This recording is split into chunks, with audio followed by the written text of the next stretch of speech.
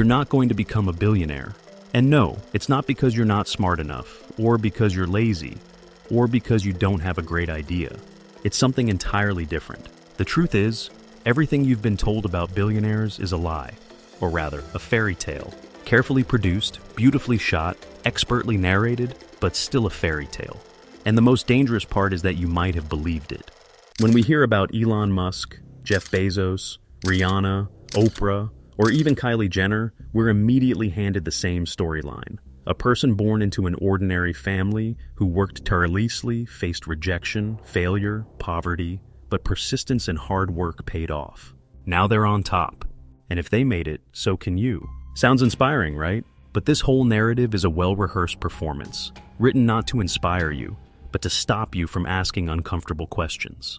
It's not accidental. Here's how this myth works. The billionaire is not a parasite, not someone who amassed obscene wealth at the expense of others. No, he's a hero, a fighter, almost a martyr who went through hell to build an empire. He deserves every penny. And if you accept that, you automatically stop seeing him as part of the problem. On the contrary, you start defending him. You start thinking, maybe I'll get lucky too. Just don't envy, work hard. But now imagine, what if this myth is just a trap? Here's what you need to understand. The stories of self-made billionaires aren't just fiction. They're tools, political, economic, cultural. It's ideology. Because if the majority believes that wealth is earned through hard work, then no one will demand redistribution. No one will question inequality. No one will ask, wait, why does one person own more than an entire country? Because the answer is already given. He earned it, himself. So could you. You just didn't make it. But the truth is, not a single one of them earned that fortune alone. Not one. Not Musk. Not Bezos. Not Rihanna. Not Jay-Z. Not a single billionaire on this planet reached their position solely through talent, grit, and hard work.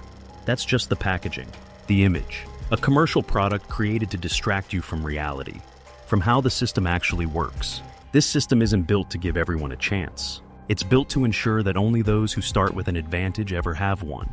Money, connections, education, inheritance, government contracts, access to information and resources. Everything they present as individual achievement is, at best, a half-truth. At worst, an outright lie.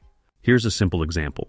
When the media reported that Rihanna had become the first female billionaire from the music world, the headlines were full of words like self-made, entrepreneur, innovator, but no one explained how her business actually works. Who sews the clothes? Who assembles the cosmetics? How much those people are paid? In which countries it all happens? How the supply chains are structured? None of that matters, because the image is perfect. Young, independent, made it on her own. If you believe that, everything seems fine. No shadow, just sparkle. But the shine is always a facade. Behind it lies the real story. And that's the one no one ever shows you. Not in interviews, not in glossy magazines, not in advertising campaigns. Because if you knew how this system really works, you'd start asking uncomfortable questions. And that's exactly what we're going to talk about now. Let's break down how people actually become billionaires. Not according to motivational speakers. Not based on TikTok videos where someone screams, "Wake up at 5 a.m. and become the best version of yourself," but based on facts. There are three main paths that give a person access to that level of wealth: family privilege, the exploitation of other people's labor, and government subsidies. And most of the time, all three are used at once. First, family. Money, connections, stability. A simple example, Jeff Bezos. In every interview, he repeats the same story. He started with nothing, launched Amazon from a garage, came up with everything himself. But no one hurries to clarify that his parents gave him $300,000 to start. It wasn't their last money, it wasn't a loan, it wasn't an investment with interest. It was direct, non-refundable help. His parents invested over $250,000 into their son, and he could afford to take risks. He could afford to lose money. He could afford to fail. He could hire experts and build a platform. That's not self-made. Elon Musk, same story. The favorite legend, bullied nerd, a sci-fi genius with crazy ideas. Now the reality, his father owned an emerald mine in South Africa, profiting from mineral extraction in a country where apartheid was the law. While millions of people in the country had no rights, no property, no freedom, the Musk family lived in comfort and invested in the future of their son. Musk studied at top schools, launched businesses with capital, and had access to venture networks.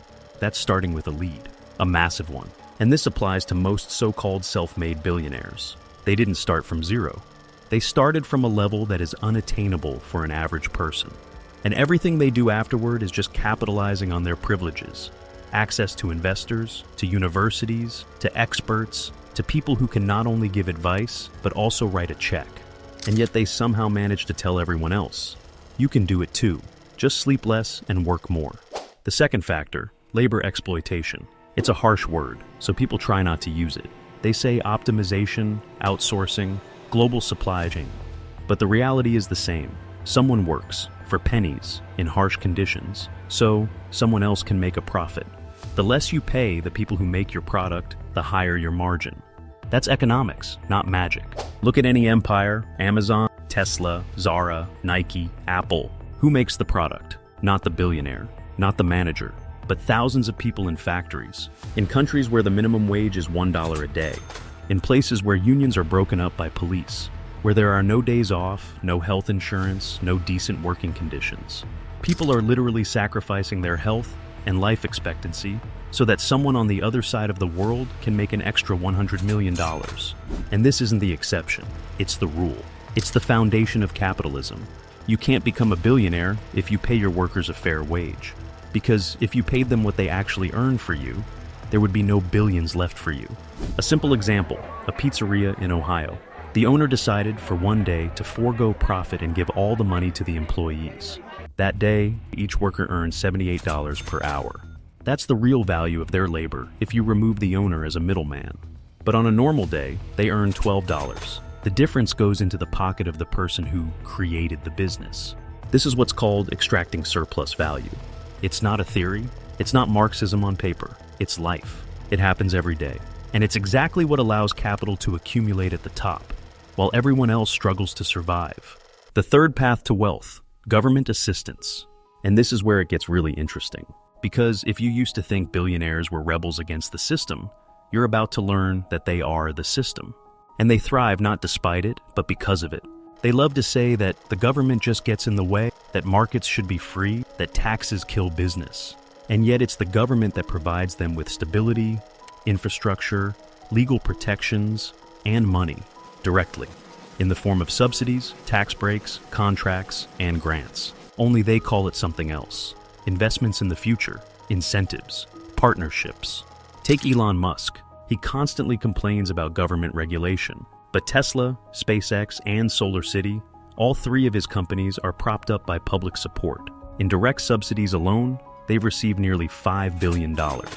Taxpayer money, the money of ordinary people. Money that could have gone to healthcare, schools, roads, but instead went toward helping a private company boost its stock price and please investors. And this isn't a one-off case. The entire pharmaceutical industry operates this way. The government funds the research, develops the drugs, and then hands the patents to private companies. Those companies raise prices, make millions off sales, and deny access to people who can't pay. The government pays the risk. Private companies take the profit. This isn't a free market. It's a rigged system where all the costs are public and all the profits are private. Now imagine, these same people aggressively oppose even the idea of basic social support for the population. They're against free education. They're against affordable health care. They're against welfare programs. Why? Because that's socialism. Because that's interference. But when the money goes to them, it's not socialism, it's innovation. Just look at who screams the loudest about freedom, and look at who receives the most help. So now let's go back to the main question. What exactly makes someone self-made? If they got capital from their parents, built a business on cheap labor in developing countries, and spent decades using government money to expand their empire, is that really a self-made path? Or is it just systemic privilege wrapped in a pretty package? These people aren't heroes. They're the result. The result of a system designed to funnel all wealth upward. And as long as you believe their fairy tales, you're playing along with that system. And now we arrive at the real point. Why is all this lying so important? Why do they need you to believe the myth of the self-made billionaire so badly? Because if you believe that wealth is a reward for hard work, you stop asking questions. You don't ask why schools are falling apart while a billionaire builds his fourth yacht. You don't ask why your workdays keep getting longer while your paycheck keeps shrinking. You just think, maybe I'm not trying hard enough. That's the whole point of this ideology, to shift the blame for injustice onto you. And here's where it gets most insidious. You start defending these people. You start thinking, maybe one day I'll make it too. So you vote for politicians who cut taxes for the rich. You justify tax evasion schemes. You shout on the internet, leave Musk alone, he's a genius. Because deep down, there's a little hope. What if you become one of them? And the moment you stop thinking like a worker and start thinking like a future billionaire, you've already lost. Because as long as you defend those who take from you, nothing will change for you. Not in this life, not in the next. The system doesn't just keep you from getting rich. It does everything it can to make sure you never even notice who's standing in your way. Here's a simple thought experiment.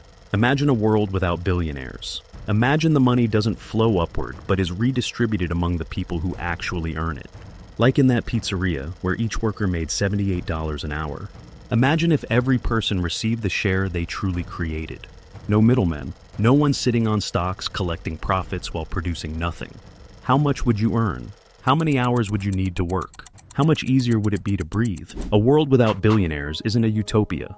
It's simply a world where the rules of the game are fair, where you work and you get paid, where profits don't disappear into the hands of people who didn't earn them, where human labor is valued, not exploited. But for that world to become possible, the first thing you have to do is stop believing in fairy tales. Billionaires aren't self-made. They're system-made, and the sooner you understand that, the sooner you'll start asking the right questions.